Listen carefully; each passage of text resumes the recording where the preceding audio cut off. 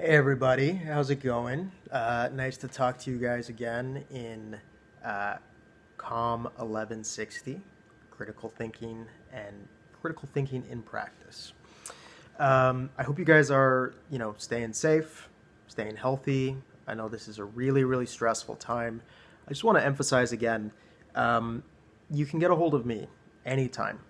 I'm here. I try to check in with my email. Sometimes I take a day off, but for the most part, I try to check it every day, try to get back to you guys. And as far as I'm concerned, this is a part of the class that we would normally be doing in class. Normally in class, we would have time where I could sit with you, you could ask questions, we could have a little conversation. So I really don't mind answering emails. I don't mind writing a longer email. Please don't be shy. Even if you feel um, anxious about it, or even if you think, oh, this is a dumb question, I should already know this. There are no dumb questions. I'm here to help you guys. Please don't be shy. So it's week 14. I have a couple announcements. Um, One personal announcement is just that my computer has broken.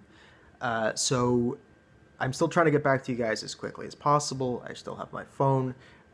There may be some slowdown because of that. I'm ordering a new computer today, and so hopefully all of that works out. But that's causing some problems on my end. But I'll get that sorted out. If I do take a little bit longer to get back to you with an email, it's just because I am trying to type out my long answer on my stupid little phone. Next, not an announcement, but big reminder. Remember that we are working on our final projects. We had to, change some things in the class. We had to reorganize it. And as you guys know, we're trying to focus and really make solid all those skills that we've been developing over the course of this semester. So, you guys have the assignment. Hopefully, you've been working on it. There were a few stages. First thing you had to do was you had to think of a topic you wanted to write about, and it should have been a somewhat controversial topic, a topic where there's going to be differences of opinion, multiple different sides, a topic where you could find persuasive writing, argumentative writing, where people were trying to make an argument to convince others. I said that you had to find two pieces of writing, probably things like articles, but they could be other kinds of persuasive writing. I know some people are doing things like political speeches, they're doing Trump speeches. Some people are even using things like advertisements. As long as it is a persuasive document, a document that has a thesis it's trying to prove, something it's trying to convince the reader of, and that it then backs that up with some kind of support strategies. Evidence, things like logos, but also pathos, ethos, all those different support strategies we looked at. Hopefully, you guys are definitely at that point now. If you have not already figured out your topic and figured out your articles, please, please, please get on that right away.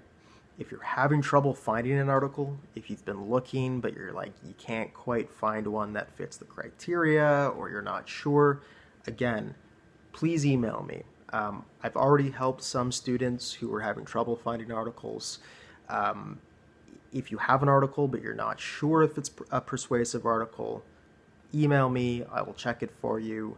I may even have a suggestion like, oh, this article might not work that well, but here's this other one I saw on the same topic that would work well. So again, reach out. The next step, after you've figured out your topic and you've got your articles, the next step was to fill out the worksheet that I made up for you guys. This was a worksheet, it was 2 pages, it had 12 questions, and there's really nothing new on the worksheet. It's going through all the types of analysis that we did in the class. It has specific questions where it asks you to identify the author's thesis. That's something you should be able to do. Figure out what is the major claim, the major point of view that this writer is trying to prove. And from there, it asks you questions encouraging you to do the types of analysis that we practiced in class. It has questions for ethos. For example,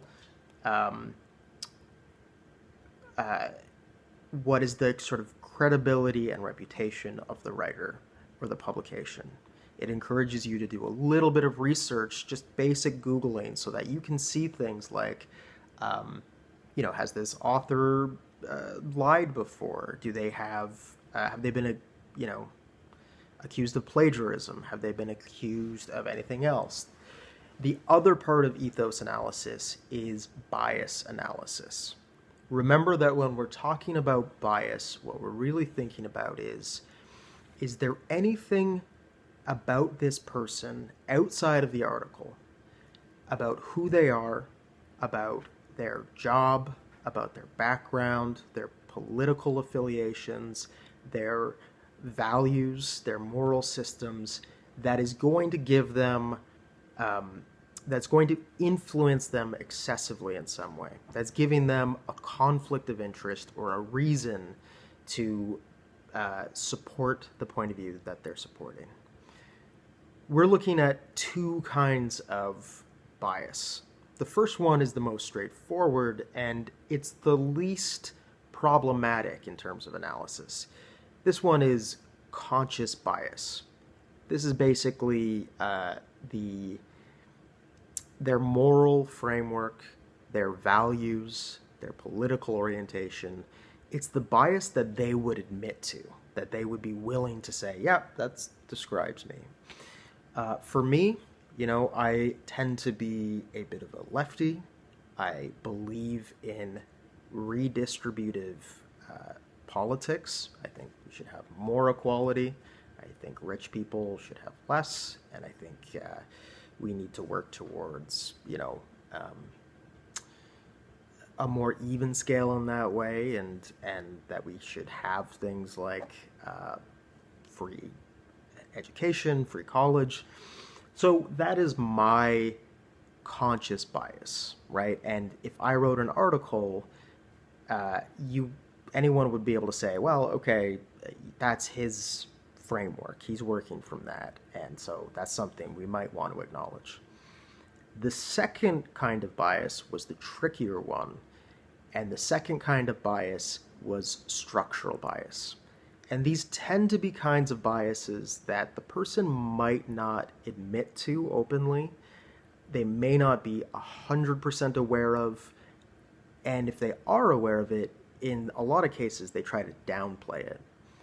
Structural bias has to do with the needs of the person, the needs of the writer in relation to how do they make money, what are their money relationships, what are their political interests in terms of like what is going to actually benefit them. So some examples that we looked at were things like, we looked at an example of someone arguing against a minimum wage increase. They were saying that, businesses are just not going to be able to handle a minimum wage increase. It's going to be bad for the economy. And when we looked at the person more closely, we realized, he is the CEO of Loblaws. Well, if we think about his position in society, his position in the world, he has very obvious reasons for not wanting minimum wage to go up. Minimum wage goes up, his cost of business goes up, and he personally going to make less money. So that's something we want to keep in mind. Maybe he's not making a totally objective, purely intellectual argument about minimum wage. Maybe he's actually being motivated by personal interests. So again, these are things that we can find out by doing that little bit of research into the writer or into the publication. We can find out if it's the publication, for example, is owned by a larger corporation. Um, for example, this is one example of structural bias right now, is that in the United States, just going back to our old topic of the election, the ongoing election for the Democratic Party, Joe Biden, who is now the person who's probably going to be the Democratic nominee against Donald Trump, he has been very, very convincingly and credibly accused of sexual assault, of misconduct with young women. And this is being reported in some places, but it is not being reported in certain high-profile publications, even things like CNN and MSNBC. And if we ask ourselves why would they not even mention this story at all? It's not on the website, it's not on the TV stations. We might say, well, a lot of these have an interest in the Democratic Party. They have an interest in Joe Biden over the more extremely left-wing politicians like Elizabeth Warren and Bernie Sanders. And so they want Joe Biden to keep winning. They want him to be the person for structural reasons, because that type of politics is going to be more beneficial to a really big corporate publisher, corporate media conglomerate. So we can find that kind of structural bias in different ways, but the thing you want to keep in mind is what is the relationship of the publication, what is the relationship of the author to the topic that they're talking about when it comes to money, when it comes to business relationships, when it comes to personal relationships like family, and the structure of how they are fitting into society, fitting into the world, and fitting into the economy. If they have something to gain or something to lose, that's what we really think of as a structural bias.